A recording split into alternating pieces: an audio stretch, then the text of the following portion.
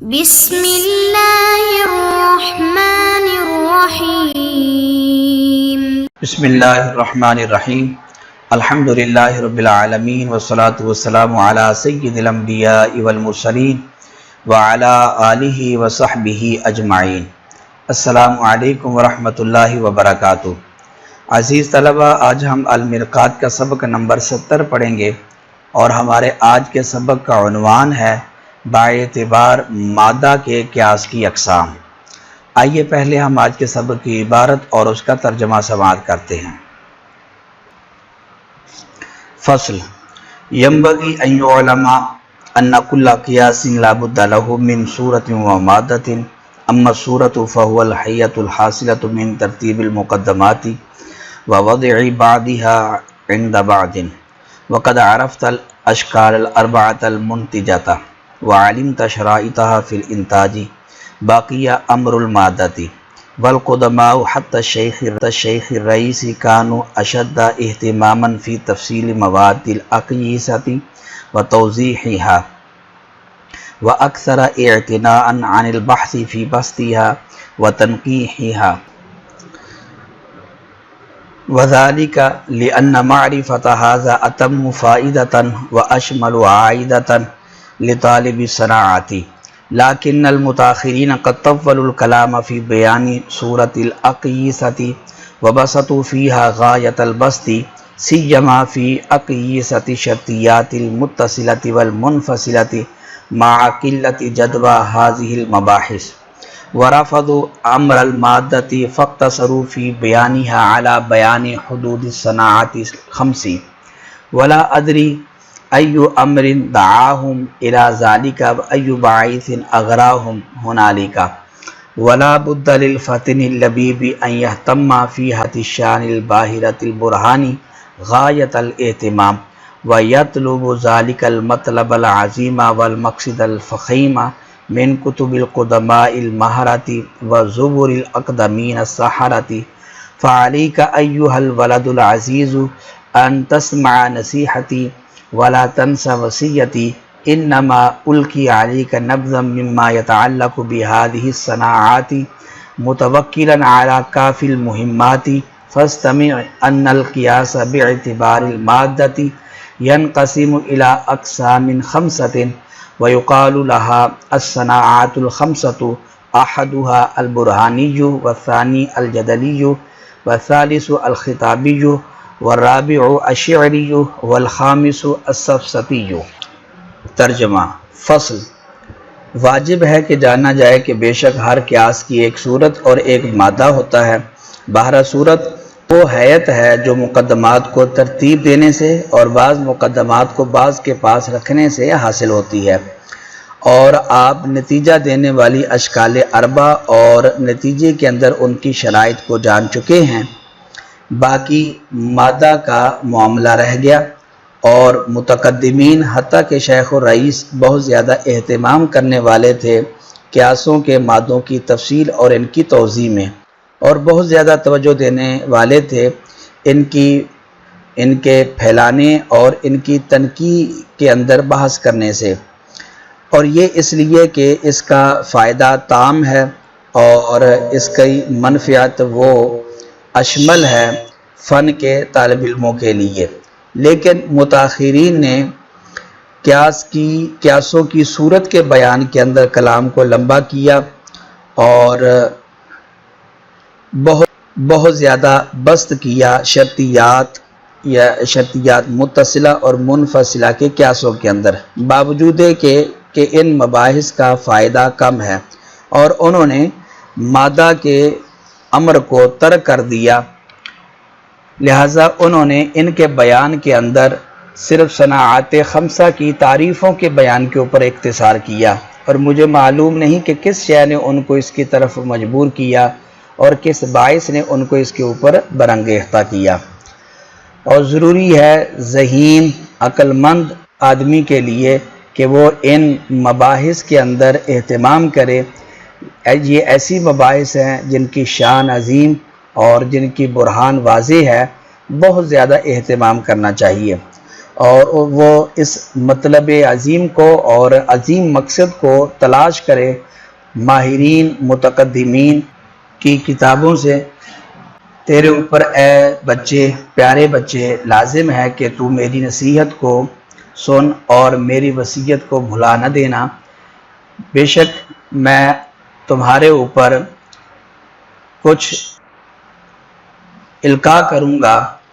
ان چیزوں سے کہ جو ان صناعات کے ساتھ تعلق رکھتی ہیں، مقاصد کے اندر کفایت کرنے والی ذات کے اوپر بھروسہ کرتے ہوئے۔ لہٰذا آپ خوب غور کے ساتھ سنو کہ قیاس مادہ کے اعتبار سے 5 اقسام کی طرف منقسم ہوتا ہے اور ان کو صناعت خمسہ کہا جاتا ہے۔ ان میں سے ایک برہانی، دوسرا جدلی، تیسرا خطابی، چوتھا شعری اور 5واں سفسطی ہے۔ سبق کی عبارت اور ترجمہ سماعت کرنے کے بعد آئیے اب ہم سبق کی وضاحت کی طرف چلتے ہیں۔ آج کے سبق کے اندر مصنف باعتبار مادہ کے قیاس کی تقسیم کر رہے ہیں۔ سب سے پہلے مصنف قیاس کی مادہ اور صورت کے متعلق بیان کرتے ہیں کہ ہر قیاس کے اندر 2 چیزیں ضرور ہوتی ہیں، ایک قیاس کی صورت اور دوسرا قیاس کا مادہ۔ اما صورت، یہاں سے قیاس کی صورت کی تعریف کرتے ہیں کہ قیاس کی صورت سے مراد وہ حیت ہے جو قیاس کے مقدمات کو ترتیب دینے سے اور بعض مقدمات کو بعض مقدمات کے ساتھ رکھنے سے جو ایک حیت حاصل ہوتی ہے، اس حیت کا نام صورت ہے۔ جس طرح کہ صغرا کو پہلے اور کبرا کو بعد میں رکھنا، اور اسی طرح حد اوسط کو مثلا شکل اول کے اندر صغرا میں محمول اور کبرا کے اندر موضوع کی جگہ رکھنا، اور شکل رابع میں اس کا عکس کرنا، یعنی صغرا میں موضوع اور کبرا میں محمول کی جگہ رکھنا، اور شکل ثانی میں دونوں مقدموں میں صغرا کبرا میں محمول کی جگہ رکھنا، اور شکل ثالث میں صغرا کبرا دونوں میں موضوع کی جگہ رکھنا۔ تو یہ جو مقدمات کو بعض مقدمات کے ساتھ رکھا گیا ہے اور ان کو جو ترتیب دی گئی ہے، اس سے جو ایک حیت منتزع ہوتی ہے، حاصل ہوتی ہے، اس حیت کو صورت کہتے ہیں۔ اور مادہ سے مراد وہ مقدمات ہیں جن مقدمات سے کوئی قیاس مرکب ہوتا ہے، جیسا کہ مثلا العالم متغیر وکل متغیر حادث۔ تو اب یہ قیاس ان مقدمات سے مرکب ہے، تو یہ جو 2 مقدمات العالم متغیر وکل متغیر حادث، یہ اس قیاس کا مادہ کہلائیں گے۔ تو مصنف کہتے ہیں کہ باعتبار صورت کے بحث پیچھے آ چکی ہے، یہ اشکال 4 جو ہیں یہ قیاس کی صورت کے اعتبار سے ہی اقسام بنتی ہیں، اور ان کی شرائط کے بارے میں بھی آپ جان چکے ہیں۔ تو باعتبار صورت کے قیاس کی جو بحث ہے وہ پیچھے آپ جان چکے ہیں۔ باقی باعتبار مادہ کے قیاس کی بحث اور قیاس کی تقسیم اور قیاس کی اقسام رہ گئے، ان کو اب مصنف علیہ رحمہ یہاں سے بیان کرتے ہیں۔ لیکن اس سے پہلے مصنف اس بحث کی، یعنی جو باعتبار مادہ کے قیاس کی بحث ہوتی ہے، اس کی عظمت کو بیان کرتے ہیں اور اس کے اوپر روشنی ڈالتے ہیں کہ یہ جو بحث ہے، یہ بحث بہت ضروری ہے اور اس کا اہتمام کرنا بہت ضروری ہے۔ حتیٰ کہ شیخ اور رئیس ابو علی سینا وہ بہت زیادہ اس کا اہتمام کرتے تھے، کیونکہ اس کا فائدہ، اس بحث کا فائدہ زیادہ ہے۔ لیکن ساتھ ساتھ مصنف متاخرین سے گلہ بھی کرتے ہیں، شکوہ بھی کرتے ہیں کہ متقدمین تو اس بحث کا بہت زیادہ اہتمام کرتے تھے، یعنی باعتبار مادہ کے قیاس کی جو بحث ہے، لیکن متاخرین نے اتنی زیادہ اس بحث کے اوپر توجہ نہیں کی، بلکہ متاخرین نے یہ شرطیات کے قیاسوں کے اندر کلام کو بہت زیادہ لمبا کر دیا، حالانکہ شرطیات کے قیاسوں کے اندر اتنا کوئی فائدہ نہیں ہے، اور انہوں نے جو